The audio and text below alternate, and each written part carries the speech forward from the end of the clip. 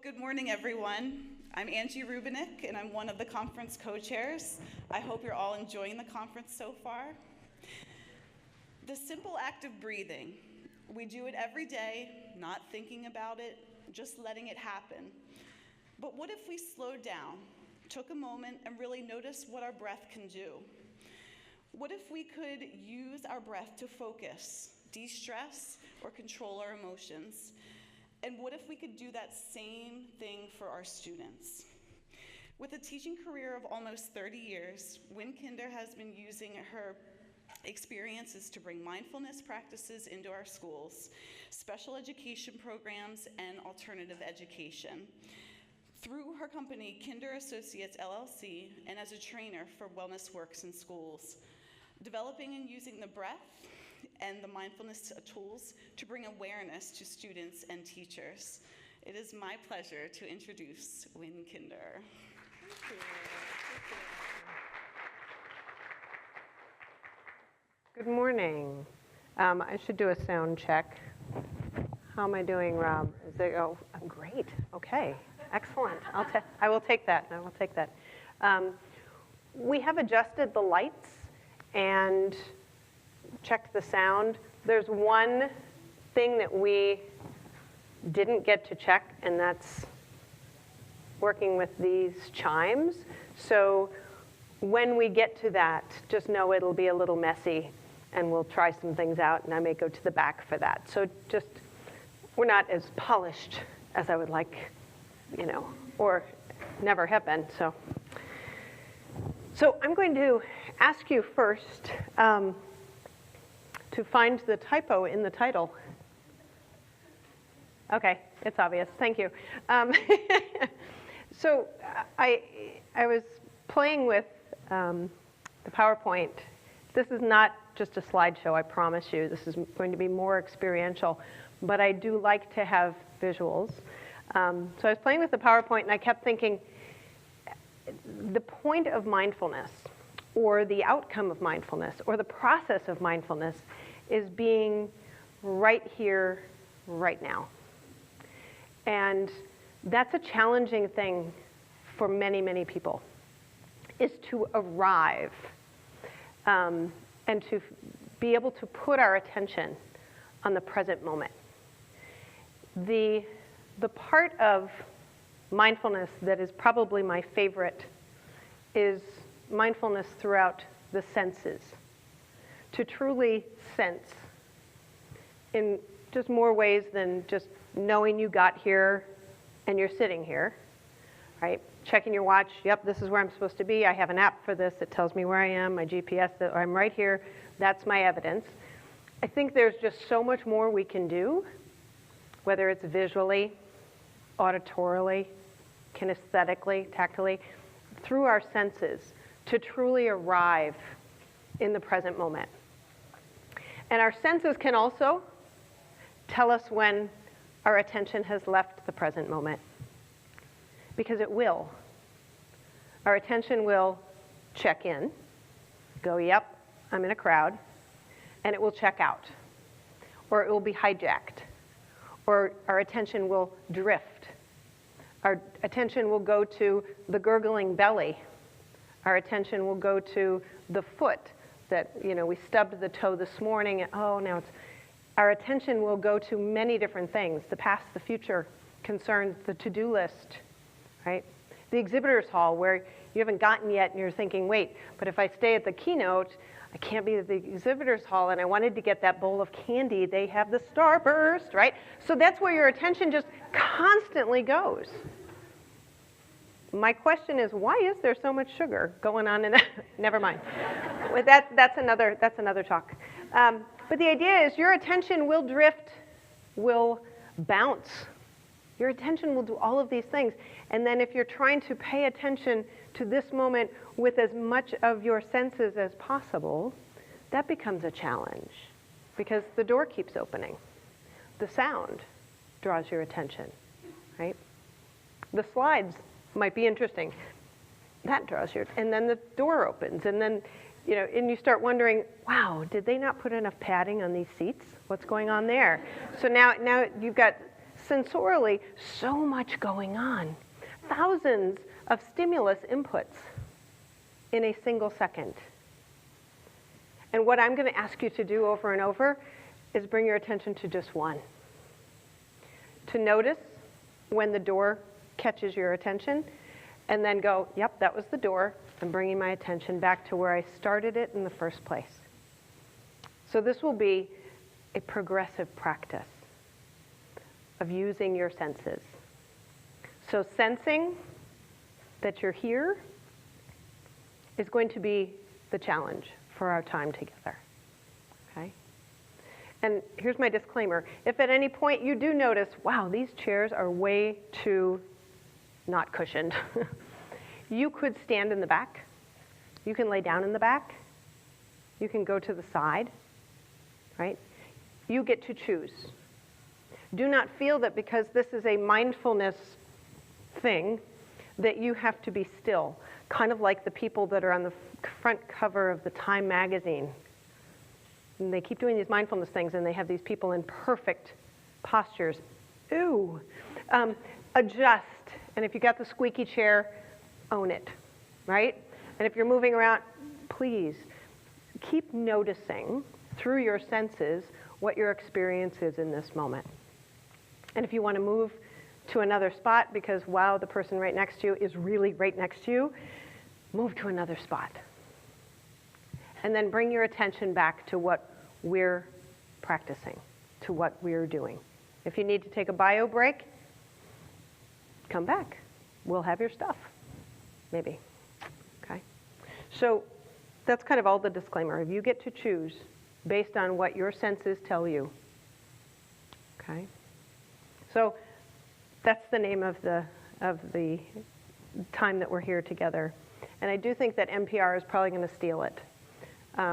Just that, since you're here, my other one I really think that NPR should use is Now That You Mention It. That's one of my favorites, Now That You Mention It. And they probably are going to take that. But that's all right. I love their shows, so that's fine. I'll let them do that. So there will be Now That You Mention It moments. And sense that you're here moments. So what I'm going to ask you to do is truly arrive. So maybe let your hands become empty. If at any point you have a question that pops into your mind, see if you can just bookmark it. And I think they are recording this, so maybe you can review that at some point. But taking notes means you're not really here. If it's the only way you process information, then of course, take notes. But I'd encourage you to maybe put your cell phone even away, or at least face down. Get that last drink of water, or if you're still on coffee, one more sip, put that down, and allow your hands to just be free, okay? As best you can. One more swig, right? One more swig.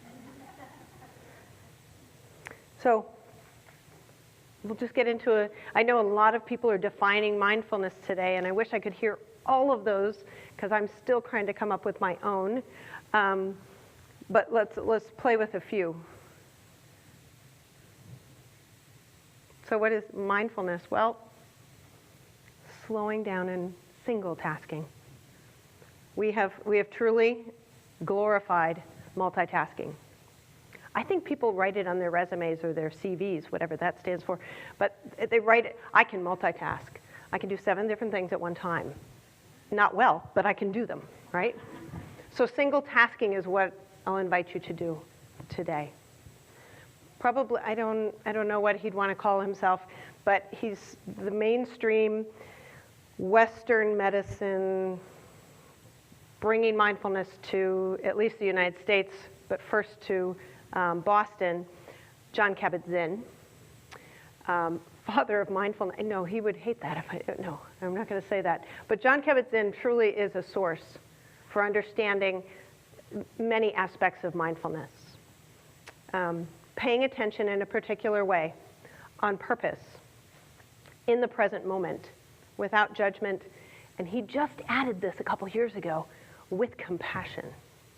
Just saying without judgment might not bring the kind of kindness for self that is intended in a lot of mindfulness practices.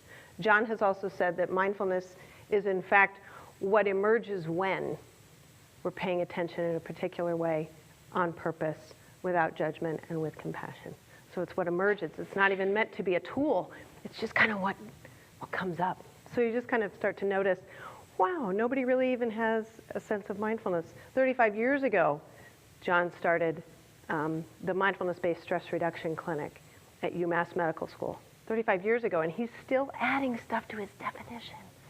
I love that. I love that. So wellness works. I want to tell you a quick story, and then we'll get right to all the practice that we can possibly fit in this very short period of time. Wellness Works started at Washington Elementary School in the school district of Lancaster in 2001. And it started because I really needed it. I was in my 17th year of teaching, and I had some profoundly stressed out kids, and therefore I was stressed out. And on the very first day of school, I went home and I cried. And I did that thing that everyone does. If it's available to them, they call their mother. And they go, oh, wow, I'm 37. Yes, I have taught for so many years. Yep. But why am I crying on the first day? I'm really trying to check into what sabbatical could mean for me. This has got to happen. So I needed help, and my kids needed help. And so mindfulness ended up being a tool because my mom and my dad taught mindfulness at Lancaster General Hospital at the time. So it kind of started there. They came to volunteer in my classroom. My principal heard about the fact that they were volunteering and taking kids to the hallway and doing mindfulness. And my principal just said, well, I need that. And went to a weekend workshop that they did. And on Monday morning, my principal came to my classroom and said, okay, hang on. We need them here in our school working with our kids, not just the adults that can get to Lancaster General. I'm like, awkward. They're my volunteers. They're not working with everyone. And she just said, oh yeah, they are. They totally are. So that's how my parents infiltrated my life in the professional form. But they actually started Wellness Works in schools. They needed a name that didn't include yoga, didn't include meditation. Although now the world's getting kind of hip and progressive, but we still don't use those terms. Because I'm not a yoga teacher, I'm a classroom teacher. And everything that I want to teach is eclectic and is made up, borrowed, or stolen from other approaches. But meditation doesn't get me into public schools. Yoga didn't for a long time. Now it does. It's like really cool. And I'm like, I don't do that, but okay. Everyone else can. So just Wellness Works in schools started to kind of make sense, and they did. They took over our district. And then I realized, wow, I want to do that. It'd be cool. So that's where it came from. And then National Geographic called. I know, National Geographic with the gold around the outside. They called and they said, we understand that you're hitting stress head on. Yeah, I guess. And this is a couple years into then my joining my parents. God, that sounds, but I have the gray hair, so I'm I don't seem too young. So they called and they just said, you're going into schools and you're doing mindfulness and you're helping kids with stress and teachers with stress. Wow, okay, cool. So they came and they took thousands of photographs because they were really willing to say, yes, stress happens, stress exists. And they mocked up this amazing cover. Notice the typo again. This is the Turkish version of National Geographic. And yeah, we made the cover, and this little girl is now a star, and she's in high school, but she still walks around saying, I was on the cover of National Geographic, in 14 languages other than English. Because in the United States, this is my sorry, if anybody works for National Geographic, sorry about that. The United States decided stress is not what they wanted on the cover or even in the issue. And so they put the Riemelreiners with wigs on the cover. So if you'd like to read the article that shares stress, what stress is, neurobiologically, all of those things, if you speak and read Turkish, you're good to go. Or 14 other languages that I can't even, I think Mandarin was one of them. But the idea is that we were in existence doing mindfulness in schools, mostly in Lancaster, some in Harrisburg, Reading, and other areas in Pennsylvania. But the idea is we were really happy to go into any schools that would admit there might be stress. Geographic, they did actually, if you look at one of the sub things, next tsunami, where will it hit? They were willing to deal with that, but stress that people universally feel, they weren't willing to deal with that. So, yeah, if you speak Turkish, I'll get you the copy of you can read it. So just a little more definition, and then we'll jump right into the practices. Pictures, I love them. So I always have to go up and show this. I don't know why the comma is there. I guess we're just supposed to pause in between. But mindful, glorifying multitasking. It absolutely is what our lives are like, what our brains are like, and how our nervous systems then try to respond to all that's going on in the mind. And I love, with kids, I just say mindful, 2 L's. But we're going to practice mindful reality in the present moment, because we're paying attention to one thing, 1 L. I know it just really worked out that way. But the idea is we'll just keep moving our attention back to what's truly present for us, what is reality for us, okay? And I love that the dog gets the credit. Why not? It's kind of like the dog in Up. Squirrel. Very, very single-tasked and single-focused, although a little bit, all over the place. So, we're back. Very quickly, here's what we're going to do. We're going to use sound. Chimes are one approach. I will show you what I also use, but I think Angie and I've kind of figured out. This is a tone bar. It's pictured down there. I have the exact same bracelets on now. Oh, wow. Anyway, tone bar, delightful, low-toned though, and gets lost in a larger space.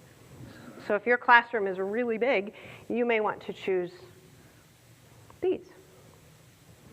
So I'll invite you, and we'll just get started with our practice. So we're going to go with auditory, but we're going to use our sense of somatic experience. So the senses that you have in your body that you can detect. So get as comfortable as you possibly can. And I'll invite you to sit in the center of your chair. Maybe your back is supported, and maybe it's not. Maybe you're kind of up at the front, maybe you're in the middle, and you just keep adjusting. You're like, wait, I haven't, and then there's like this sweet spot. You're like, oh, yeah, okay. So you get there, and you notice if your feet are comfortable, flat on the floor, just kind of find where they like to be. There's no proper here. Your knees don't have to be a certain distance apart. You don't have to be crossing your, no. Let that go, and just let your feet be as solid on the ground as you possibly can. So the weight is even between your 2 feet, and your body is just in the center. Not like energized and, oh, I'm going to look like the Time magazine cover. No. Just here. Energized enough that you're not going to, fall forward or doze off right away. Just kind of notice you can be in the center. Shoulders are down. Your jaw.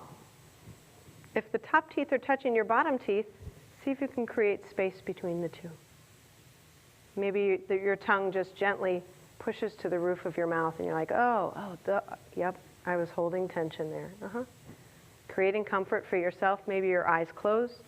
Maybe they don't. Maybe you stare at a spot.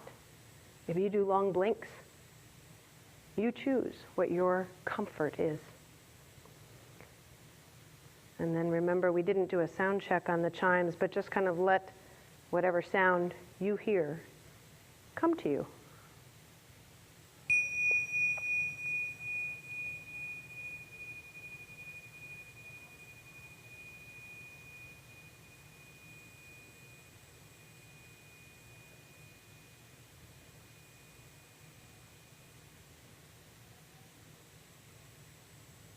It's possible that you notice that your attention drifts to voices in the hallway or another room. That's okay. Your attention's supposed to check in on that and then go, wow, they're not talking to me, so I'm going to bring my attention back and be ready for the next sound. Notice what your attention does with the sound. It drifts, it stays, it returns. Simply notice.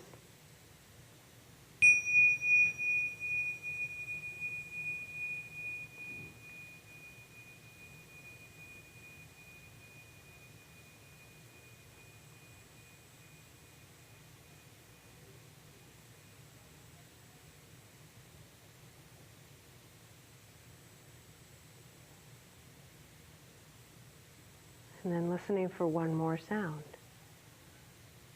Noticing if your attention rests a little longer on the sound. Notice if your attention kind of drifts away before the sound even starts, because maybe it's not a pleasant sound for you. Whatever you experience is absolutely okay.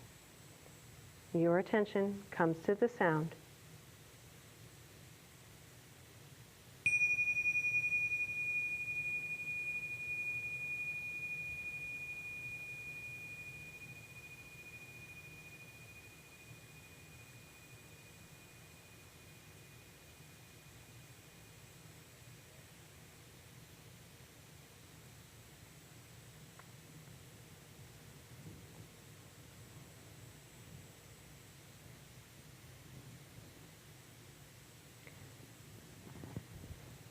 And then, just to see if your attention can be pulled by gravity, drop your attention to your feet.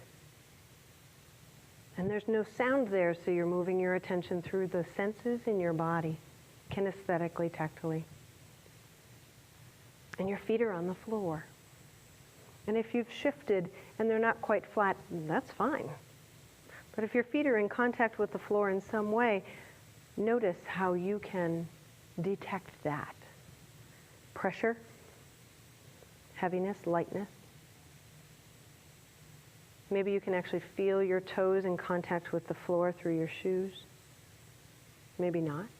Maybe there's numbness or discomfort. That's okay. Just kind of noticing what's present for you when you try to detect that your feet are on the floor. Maybe you can feel your heels the most, or those outside edges, or the fronts of your feet.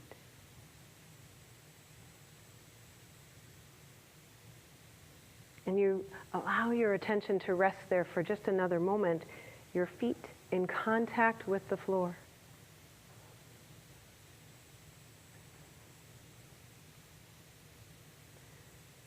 And then you start to imagine that your attention becomes a little lighter and comes up to your seat in the chair.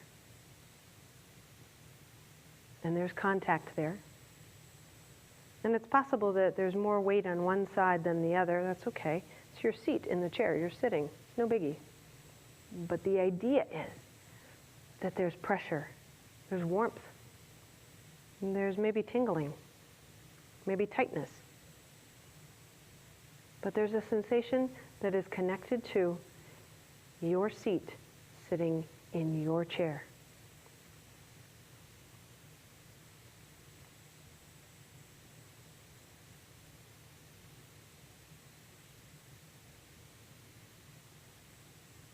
And then your attention drifts away, because that's what attentions do, and you notice that and bring it back. Awkward as it might seem, paying attention to your seat in the chair.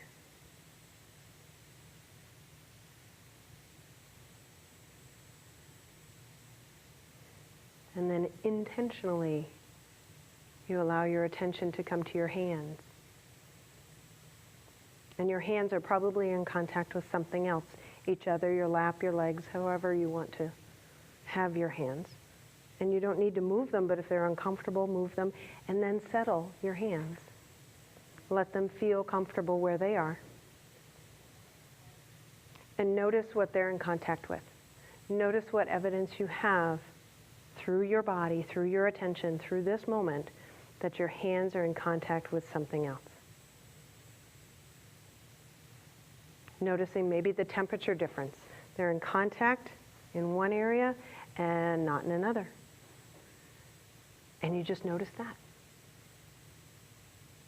Pressure, lightness, heaviness. Hands, a contact point.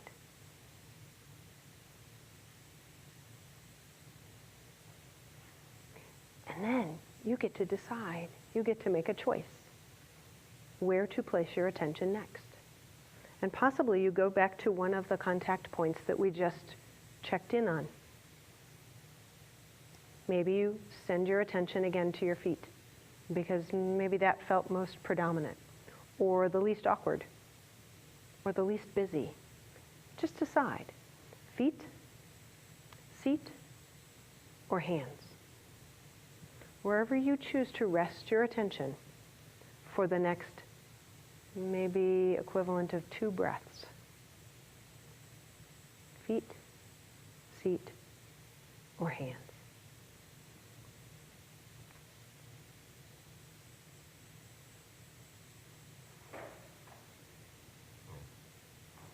And your attention drifts, and you bring it back. Feet, seat, or hands.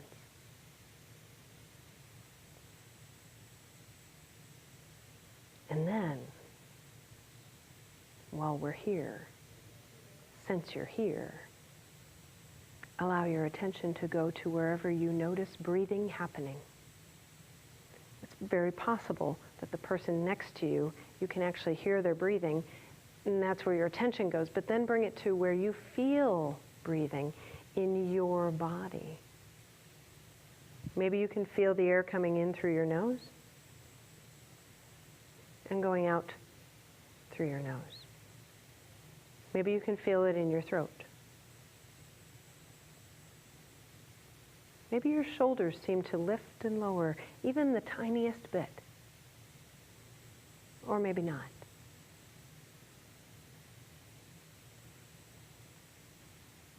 And maybe you can feel breath moving in the core of your body, upper rib cage, around the collarbones, upper chest, expanding and deflating of the ribs while you breathe. Kind of cool and strange at the same time. Maybe even the rib cage underneath your arms expands and deflates.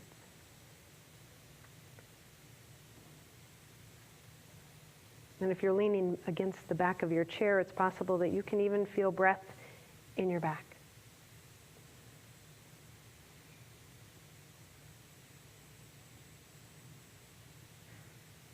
Shift your attention around to your belly. This is where the non-judgment and compassion portion comes in.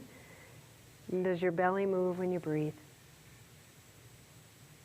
Maybe it goes in when you breathe in. Or maybe it inflates or feels like it's inflating when you breathe in and deflates when you breathe out. And maybe you even allow for softness as you breathe in and as you breathe out.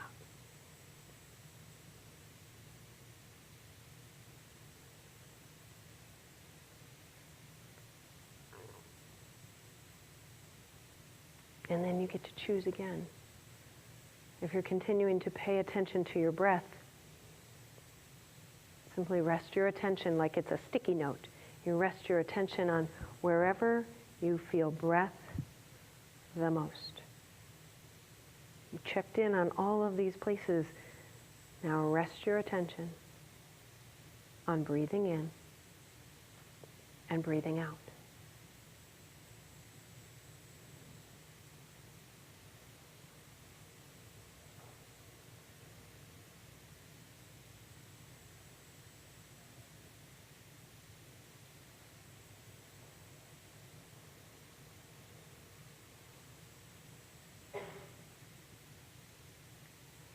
And then knowing that you have the power of choice. When you're ready, you could open your eyes, or you can keep them closed.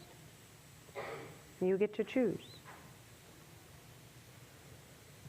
Speaking of choosing, the choices you make are critical to having this sense of control over your own attention, your own practice, the choices you make. And so, just as an example, in this slide, this is a high school group. This guy gets to choose to rest during the more active part of the class. And no one poked at him. I mean, as much as teachers love to go, okay, engage, engage, engage, participate, show me you're participating, work harder. We love to do that. We love to bring out the potential that kids don't even see in themselves. But allowing him to rest made it so that when he was ready, he got to choose. And I won't say that this was like the dreamy, Disney version of mindfulness, because it took about 4 classes, 4 45-minute sessions weekly to get him to the point where he wanted to engage. And had we pulled or pushed or done all these things that we love to do as teachers or parents, right, he may not have ever engaged. But we just kept saying, you get to choose. It's up to you. Even choosing where to put your attention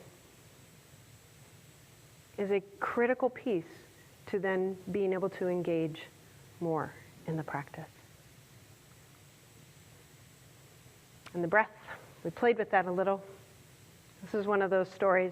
I was teaching an in-service in Lancaster, and I was getting set up, and people were coming in. It was a summer, it was 100 degrees out, and teachers are coming in, and I heard, this was just this summer, I heard the, oh, Miss Kinder. I go, oh, okay, maybe it's one of the teachers that I've been working with for all of these years, right? And I looked and I thought, oh, I knew you when you were 5. This young woman is now an art teacher in the school district where I was doing this in-service, and she was in my kindergarten, my first year of teaching. And she looks the same, and I know I don't. But that was okay. So she said, you've got to come to my classroom. And I'll go back a slide, 2 slides. So these are hanging on a bulletin board in her classroom.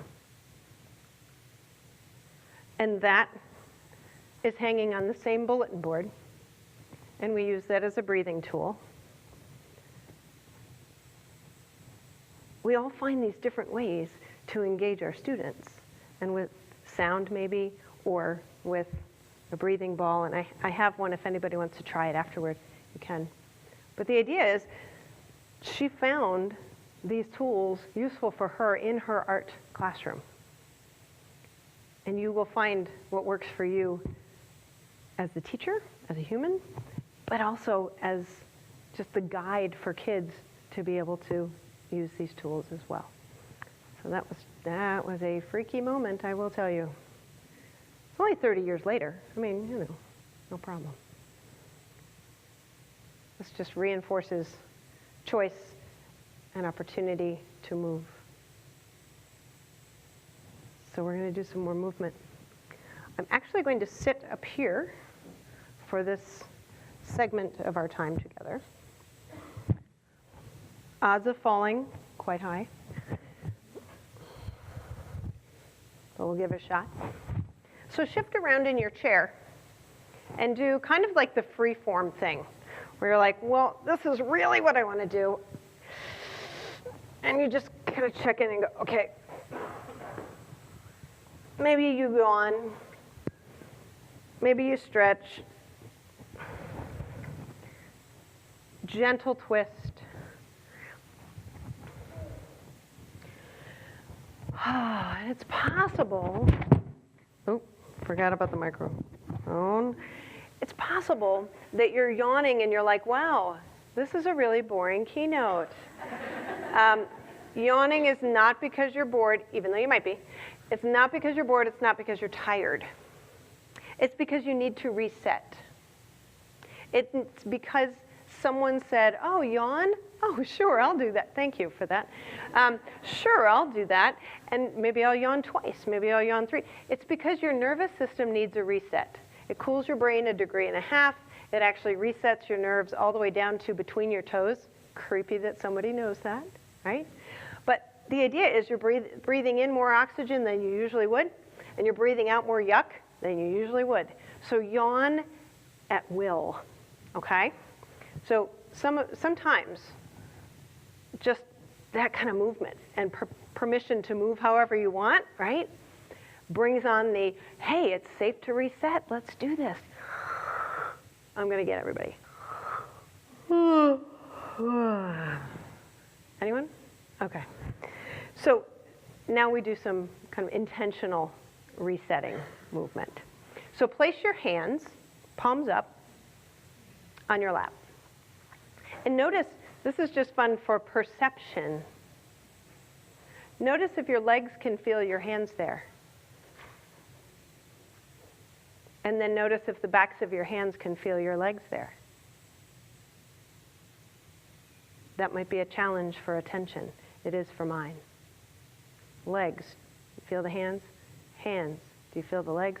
It's kind of like when you look at the three-dimensional stick drawing of a cube, and you can see that one part is the front, and then the other part's the front, and it freaks you out. You're like, whoa, that's how this is.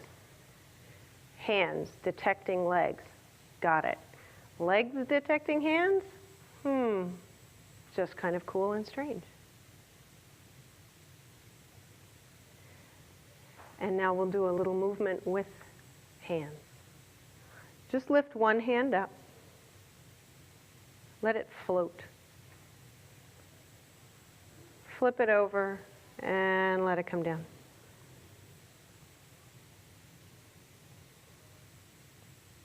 So that's kind of fun in itself, but now you add the breath. So you match your breath with your movement. So this doesn't look like, it's not really cool, it's not a photo op or anything, Melissa. This is just going to be, we're all lifting our hands different times, it's not synchronized, okay? So when you're ready to lift one hand, maybe the one that you didn't start with, you breathe in. And when you get full, and you notice that, you flip it, and you breathe out.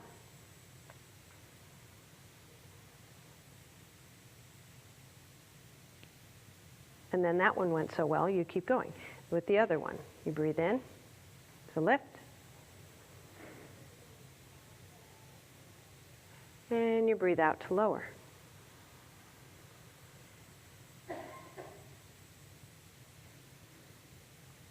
And maybe you go again.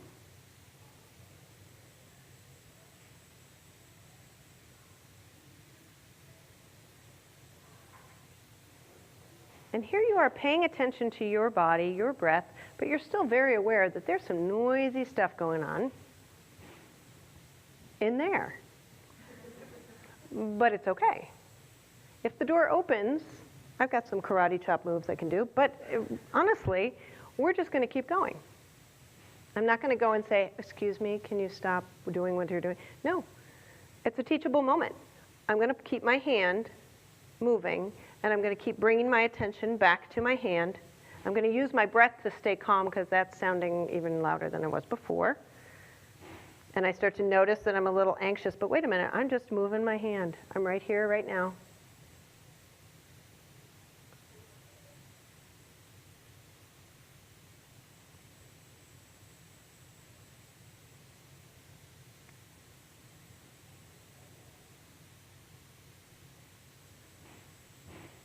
And now it's time for 2, when you're ready.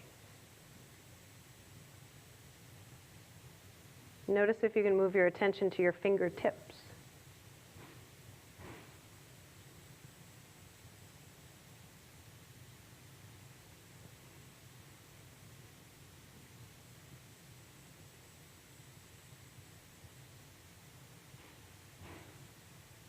And when your hands come back to your lap, just kind of notice how it feels. Maybe you can hear what's going on elsewhere, but maybe you can just keep bringing your attention back to my body is here. I can sense that I'm here, and I'm okay. And maybe if your shoulders went up, maybe you bring them down. And then maybe you notice that you can lift and lower your chin. And you get to choose how much or how little.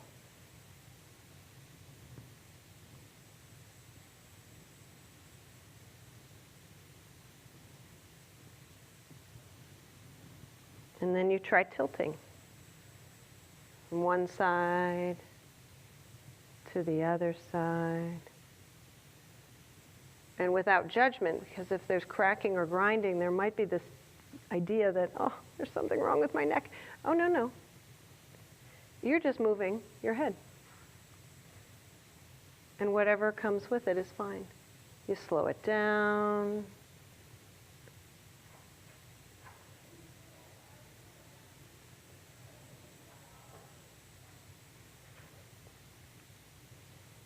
And then you come back to center. And you're just noticing what you feel in your body. You check in on your contact points. Your feet. Yep, still on the floor. Your seat. In the chair. Your hands might be resting. Maybe you adjust so that for the next minute or so, if you create a comfort zone for yourself, your body can be still.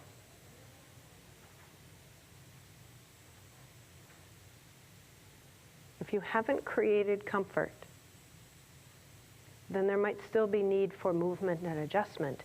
And you can adjust and move all you want to until there's stillness for you. And you can maybe rest for a little bit.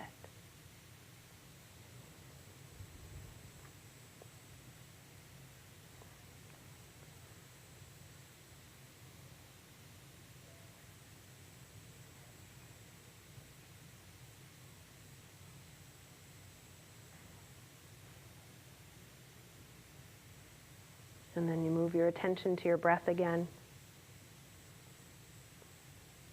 And it's not just to confirm that you're breathing, because you're breathing. It's to notice.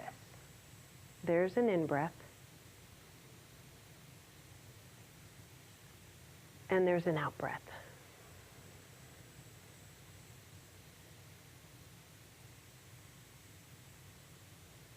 And if possibly we go back to that topic of stress. And we start to think, well, what can I do about my breathing when I'm feeling stressed out, but I don't want to yawn?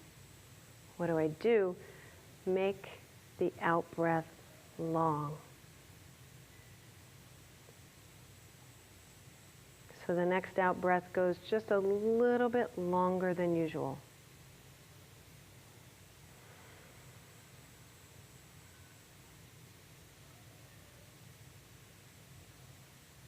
So in that stressful moment, in that challenging class period with that challenging student, it's the long out breath that will bring you back to the present moment. And then you try another one because you're not quite sure that the research is in on that. You're not trusting me on this, but try a long, long, long, complete out breath and simply notice what you feel.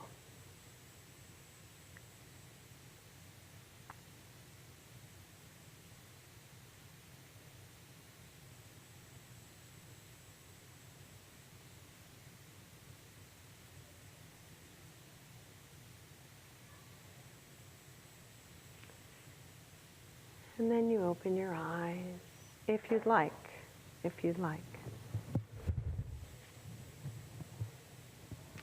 And I'm recognizing that it's our time. I'm looking around to those people in charge who aren't going to give me extra time. I just have is anybody going, Leslie, can you give me extra time? Robin, you're not going to, no? No, all right. So we've actually done some of this practice. So you can see I'm not very slide oriented, but let me just give you a couple quotes. Tim Ryan is a congressman from Ohio who wrote a book called The Mindful Nation. And it's really nice. It's a kind of a universal experience of mindfulness. But I love his quote. Mindfulness may be the simplest, safest, most effective way to promote kindness and attention, the kind that we want for ourselves as well as for our children. Just a little research on the idea of practicing and practicing and practicing and practicing, okay? And that it's a repeated practice. The bottom bullet, just so you see it, the idea that mindfulness can help us recover from stressful events, it's how you make it back the next day. It's how you recover between Monday and Tuesday. Okay. I like that one. So we did some of that. I teach yawning, this is true. So just yesterday I got an email from a teacher in Minnesota, and he was doing some collaborative work with other art teachers, and they were including mindfulness, and they've done this big study, and they have some student artwork as well, but it's all within art classrooms in the Twin Cities in Minnesota. And so he was just sending this picture, and it was something they did in one of the high schools, but creating art even around their mindfulness practice, which they're using at the beginning and the end of class sessions in the art rooms. I asked permission to use it. He said I could. So the handout you have will have some of the resources. Just a quick pitch for something I don't get anything for, but Go Noodle has videos for young students, primary and some intermediate, and they're a group that makes lots of different kinds of videos, brain breaks and stuff. And so they were getting everybody up and moving in classrooms and doing Zumba and doing all kinds of things and running in place. And then the teachers were like, well, that's great. The kids get all activated and they're moving because they don't get recess anymore, so move them in class. But how do we get them back to settled? And so they called me and they said, can you do some mindfulness stuff? So if you check into Go Noodle, is that even on there? Yes. The flow channel, that's my nasally voice. You'll enjoy it thoroughly, I'm sure. But flow and think about it, and then I did the writing for Maximo. They're just fun, and if you're not feeling comfortable about teaching, this kind of movement, just put on one of these 3-minute videos. They're even on YouTube, just the ads are weird that go with it, so don't do that. But it's free. It's just totally free. You just go on and queue one up and go with that. So if you don't feel comfortable teaching it yourself, those are great resources, okay? Please reach out to me if you have any questions, because this was a remarkably short amount of time. Seriously, when I teach first graders, it's 45 minutes. And I only got 50 minutes with you. Okay, I stole an extra 5 minutes. But seriously, there's so much more. There's so much more. All right, thank you so much.